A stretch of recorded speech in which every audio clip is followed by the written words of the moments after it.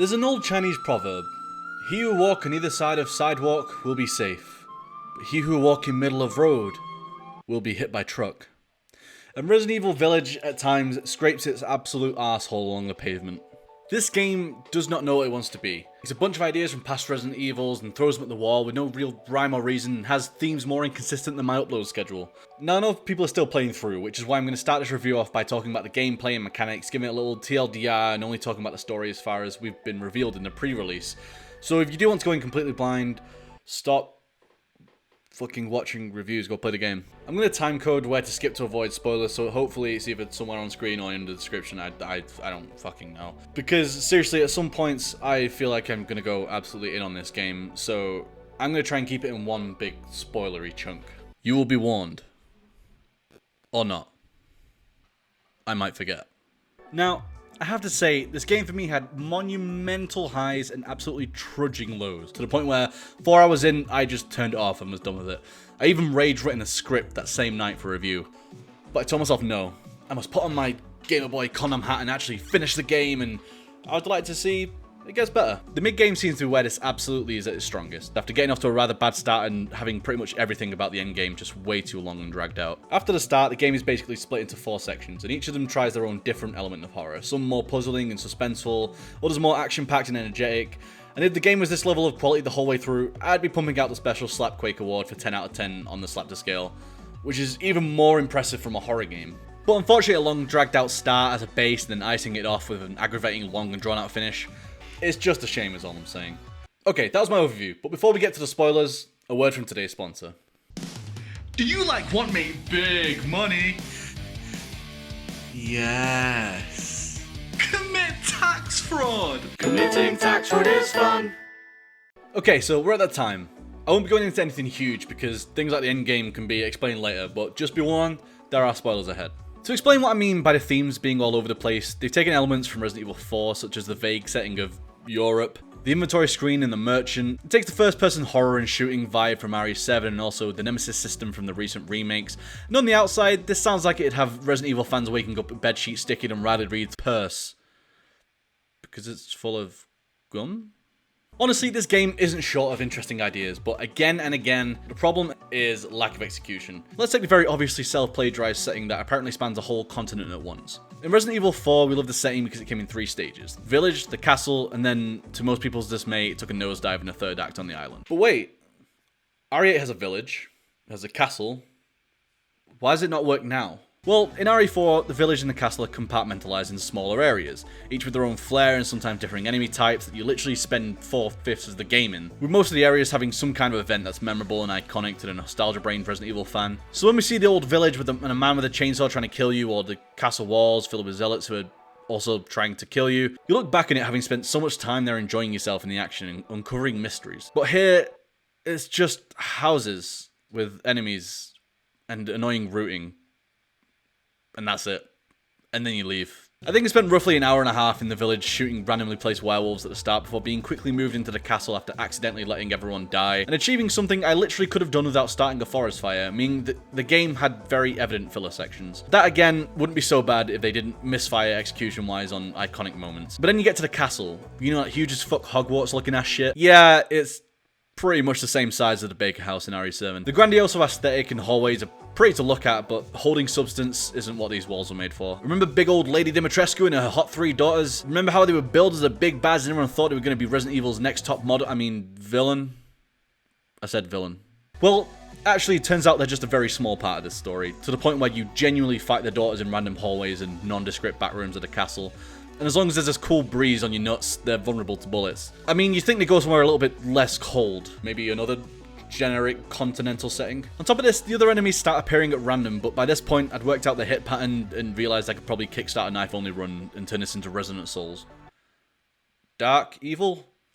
Bit dicey. But as far as action goes, it's kind of bland. At least to start with. The only positive is there's more enemy types than RE7, but being honest, it's not exactly hard to beat a grand total of 2. Also, while we're on the subject of combat, can he at least have made the game smoother now that it's a shooter? RE4 to 6, while having varying degrees of success and sleep-inducing, they at least held their own at being shooters. Why? Because the action mechanics worked.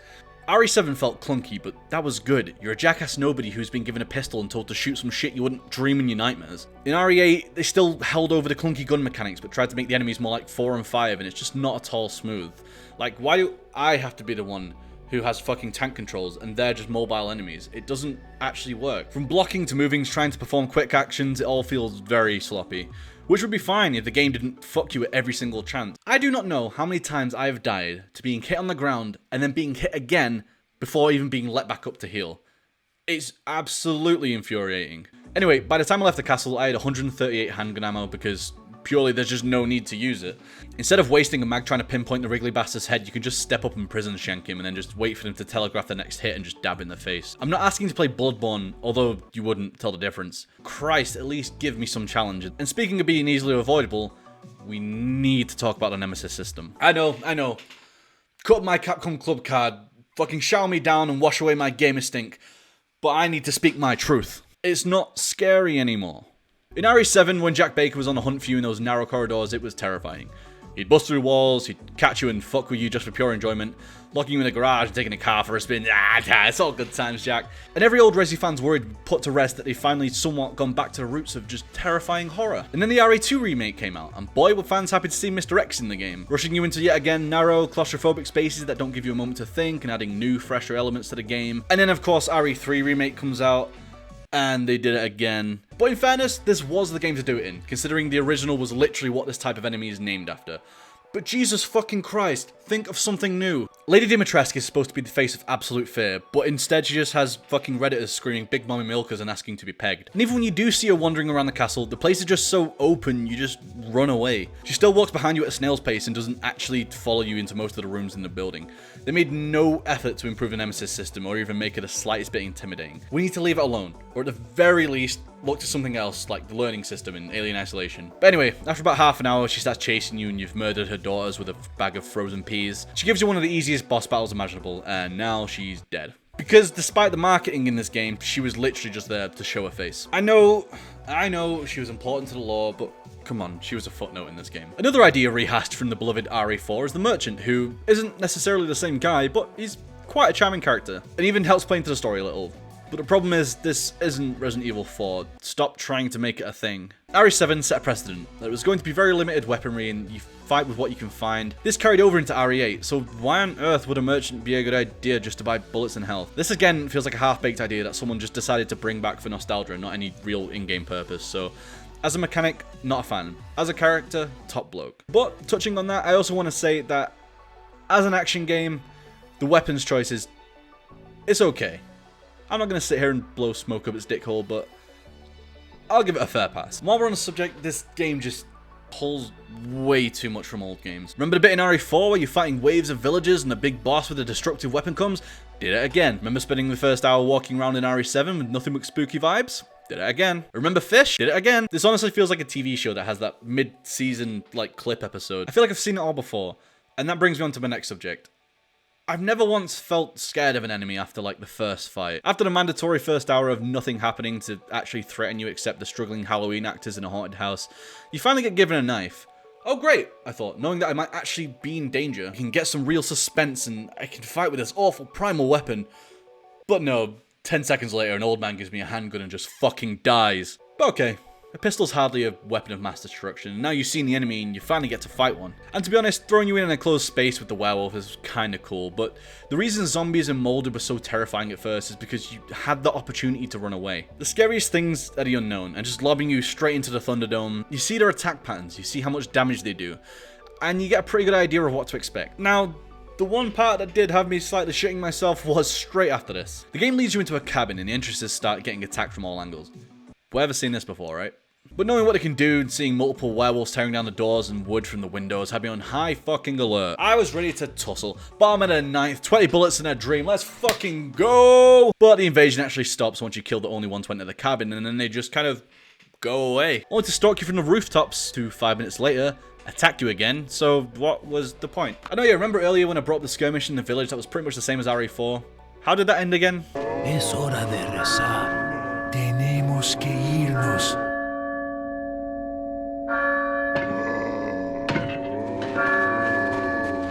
Oh yeah, well, Guess how this one ends.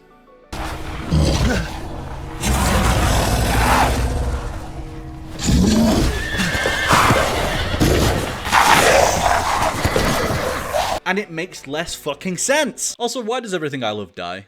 Every single person in this game has died within like 20 minutes of me meeting them. So I've just not got attached to any of the characters. None of them are there for long enough to get attached to anyway, but in RE4 you had Luis, and in RE3 there's Carlos, and RE1 you have Barry. Even in RE7 you have Zoe. These characters add another dynamic to the game that Ethan needs, since Capcom made him as plain as a bowl of flour. Every time you meet someone they connect with, they fucking die. Now let's get to the part that people want to see from Resident Evil games. Puzzles. And honestly, they're mixed. I don't even know if you can classify some as puzzles. The game doesn't lead you anywhere, you just left your own devices not knowing north from your arsehole. Especially in the castle, they'd leave you clues if you're lucky on what to do, but not where to go, so you just wander aimlessly around the castle. And it's not like you're solving one puzzle and then opens up a new area to solve that puzzle. You're just kind of left around, and the game isn't designed to hint you where to go. There's no subtle lighting or suggestive scenery or even an info file. It just slaps your ass and says, off you go. But on the flip side, the game does have an abundance of great puzzles from small to large that are trickier than Riley Reid's marriage. Oh yeah, she's getting married. It's weird. Also, here's another thing. I never once used the inventory screen. In RE4, which again, they've just pulled this out of retirement from, there was a point to it. Your guns go in there, your health goes in there, your grenades, your herbs, your ammo, and you need to enlarge it bit by bit because your weapon mods had dildo-length attachments. You had to prioritize what you took with you and what you had to leave. But I never once filled this bad boy up in RE8. This is because all it holds is your guns, ammo, and health. There may be pipe bombs and mines, but you can stack them in 5s. You rarely have more than 3 heals, and crafting things like herbs and scrap are all held separate. I know this is the case in RE4, but why are quest items held separate too? The whole point of Resident Evil is you prioritize what you need between weapons, heals, and quest items, and you had like 6 to 12 slots to take what you need. But here they're like, yeah, fuck scarcity, give them an arsenal. Suspense. Who's she? Now, the last big negative I had is the villains. Purely because I didn't care for them. Not to say they weren't great villains, because other than Mother Miranda, I thought they were fantastic characters. But in the past, I've had bosses like Sadler in Resident Evil 4, Nemesis in 3, Jack Baker in 7, Wesker on multiple occasions, and even memorable sub-antagonists like Salazar, Nikolai, and Lucas and Marguerite Baker. So why are all these oldies so much more revered than these honestly brilliant sub-bosses that they've given us? Well, we spend time with those bosses. Don't get me wrong, I thought the design and personality of all 4 sub-bosses were brilliant, but we spend at most 2 hours with them antagonizing us. Jack Baker spent the first 3/4 of Resident Evil 7 making our lives hell and finding new ways to do it. Nemi couldn't give you a moment to scratch your nuts without running to crush them. Whereas here, we know at the end of the segment, we're just gonna kill them anyway. And as for Mother Miranda, I think I interacted with her twice the whole game. Other than she took my baby, I don't think there's any real grievances there. Now, there are positives that I am going to get into, but just first, I have some just small grievances to end on. Some of the character models are just off. I mean, between Mia's constant stank face and Rose's fat-ass head, just the family alone is 2 for 3 on wit. Oh, god damn it, Ethan. No, you too. Also, Capcom, I know you tried something new, and that's okay. We all get a little weird sometimes. But please, for the love of God, stop giving us a heal button. I accidentally heal one more fucking time. The idea of a heal button is not inherently bad, but at the very fucking least, don't let it activate when we're at full health. I can't keep wasting my gamer girl piss.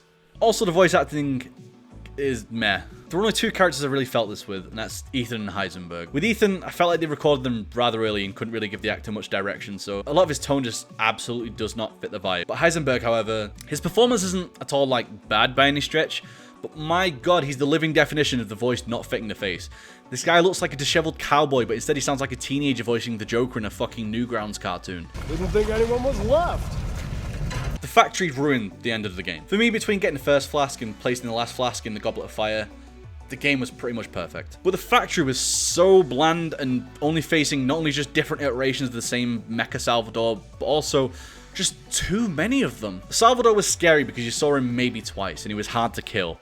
These guys weren't hard, and we saw them every time the game didn't know how to scare us. About halfway through the factory, I just wanted to get to the end of the game, and I think it soured the rest of it. Early release hindered my experience. Now, after I watched the first reveal trailer, I blinded myself from everything Resident Evil Village. I wanted to go in blinder than Stevie Wonder. But lo and behold, Capcom couldn't wait to fucking blow their load in our backs and give streamers the fucking early access. Which, by the way, I'm not hashing on streamers.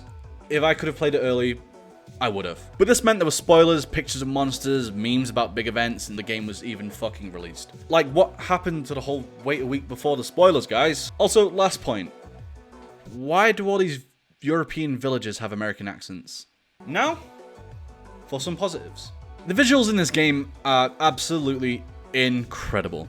I don't use photo mode, but my god, I understand why it's there.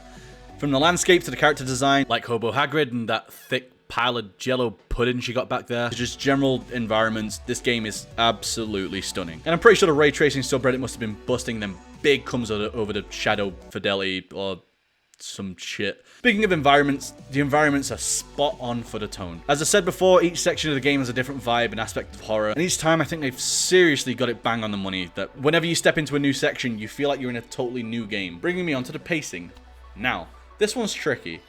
I said the start and the end are very dragged out, but the midsection truly is where this game shines. Each section sets its own tone, its own pace, and manages to keep the game fresher than Riley Reid's OnlyFans. He's getting old yet? Stop.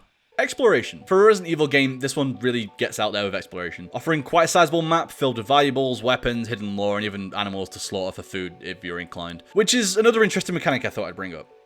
Power-ups. In the last game, we've been collecting all our pennies to open bird cages because where the fuck else would you keep your steroids? But this one feels a lot more of a natural way of getting power-ups, having to find animals to kill for their meat and bring them to Duke to cook them. I'm a fan. I still feel bad for that girl I tried to make friends with. Another thing I think is interesting is the crafting system. Giving you control of the ammo and resources you want to use to play the game is a great addition to the game. My only problem is that, again, your crafting stuff could have been a big part of your inventory management, but instead it's kept aside. Weak. Here's a disputed one, but I think the game was the perfect length. Overall, I finished it in around 3 sittings, giving me 10 hours worth of game, with others saying between 8 and 10, which to me, I think is the perfect length for a game with replayability. When you ask so many questions in a story, you don't want them unanswered for days worth of gameplay, and having to find places just to leave it off. And for my last one, I want to talk ambiance. Everywhere you go, they set the mood perfectly. They're constantly just fucking with you and throwing new ways to get you. From things that chase you to just straight up creeping you out. Other than forgetting you're supposed to run away from Lady Open Disc Tray. The game keeps the vibe and tone different in each part of the game, so that the pacing can reset and when out here bored. That is until the end, where they just drag this shit out for like way too long. Now, here's a few things I thought could have improved the game. I'm not asking for fucking Sam Fisher lurking in the shadows here, but just like the slightest inkling of a sneak mechanic would have just been nice.